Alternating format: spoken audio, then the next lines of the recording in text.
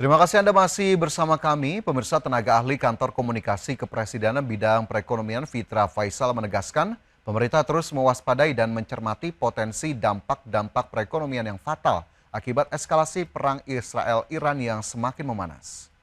Ya, menurut Fitra Faisal, salah satu langkah antisipasi yang disiapkan adalah mempercepat peningkatan produksi minyak dalam negeri, di mana unsur minyak dan gas ini saat ini menjadi sangat urgent di tengah eskalasi perang Israel-Iran.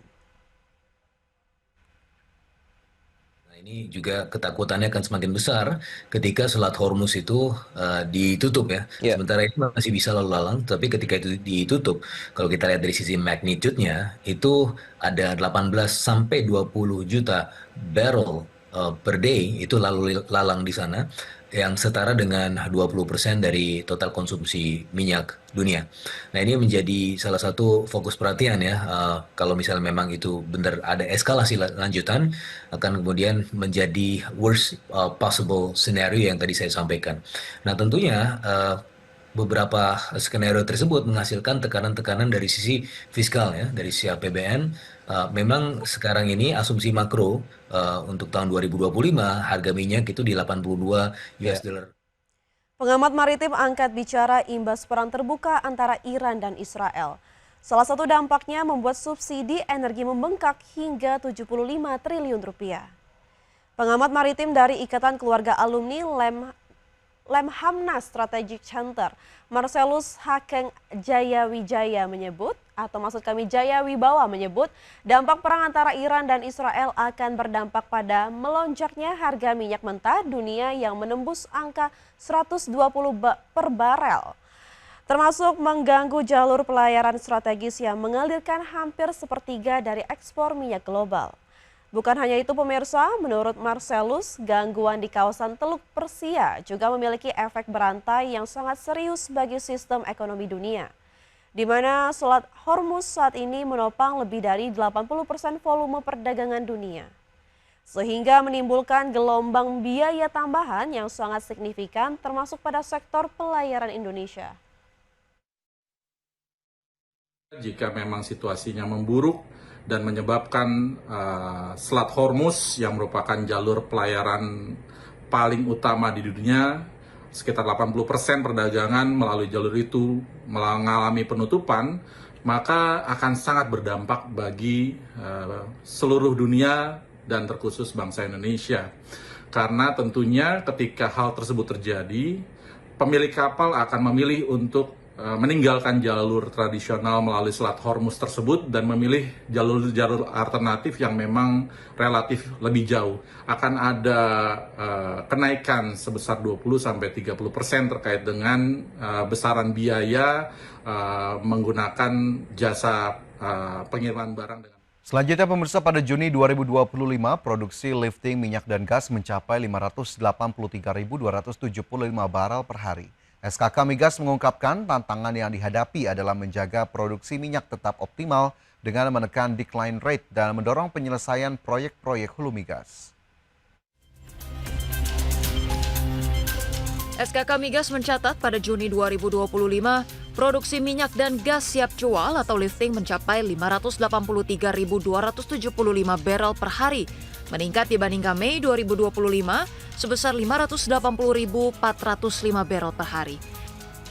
Tingkat produksi tersebut sudah melebihi produksi 2024 yang sebesar 580.142 barel per hari.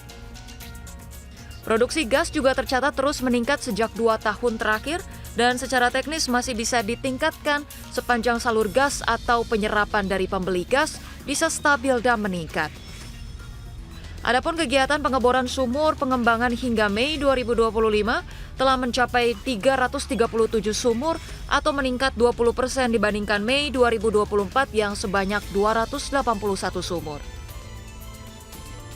SKK Migas mengungkapkan, tantangan yang dihadapi oleh pihaknya saat ini adalah menjaga produksi minyak tetap optimal dengan menekan decline rate dan mendorong penyelesaian proyek-proyek hulu migas. Kedepan ada tambahan lagi produksi minyak dari lapangan Banyu Urip dengan potensi tambahan produksi mencapai 30.000 barel per hari. Tim Liputan IDX Channel.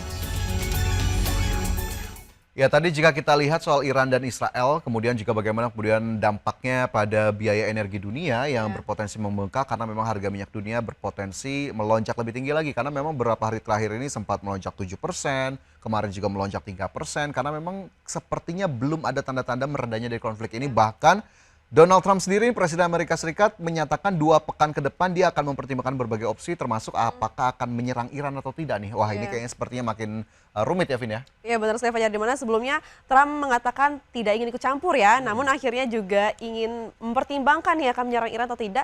Dan di sisi lain juga banyak negara yang sudah mulai khawatir ya terhadap warga negaranya di Iran atau Israel seperti Jepang yang sudah menyiapkan armada untuk kepulangan warganya di Iran atau Israel. Dan juga Indonesia juga ya sudah mulai mengkoordinasikan KBRI dan KJRI di Iran atau Israel. Dan kita doakan saja semoga kedepannya akan lebih baik dan semua warga stay safe ya. Stay safe, yang penting adalah bagaimana kemudian warga sipil bisa diminimalisir agar kemudian tidak korbannya semakin banyak. Baik, kita ke informasi berikutnya. Pemirsa, ini datang dari Kementerian Keuangan yang melaporkan penerimaan perpajakan APBN dari sisi kepabeanan dan cukai hingga akhir Mei 2025 mencapai 122,9 triliun rupiah atau terrealisasi 40,7% dari target 301,6 triliun dalam APBN 2025.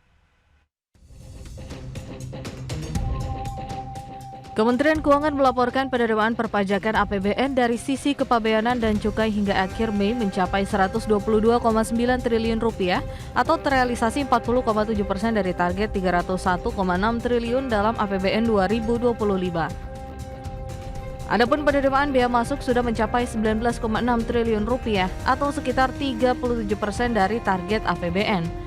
Namun nilai tersebut terkontraksi sekitar 3,5% dibandingkan penerimaan di tahun sebelumnya.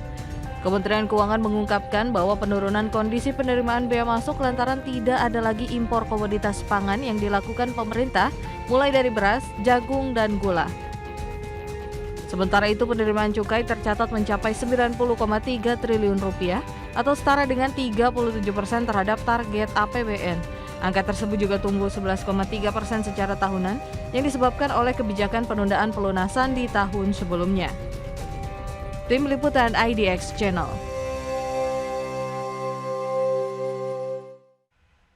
Pemirsa, keberadaan Koperasi Desa Merah Putih berpotensi dipolitisasi pada pemilu 2029. Informasi selanjutnya lagi usai jeda berikut ini.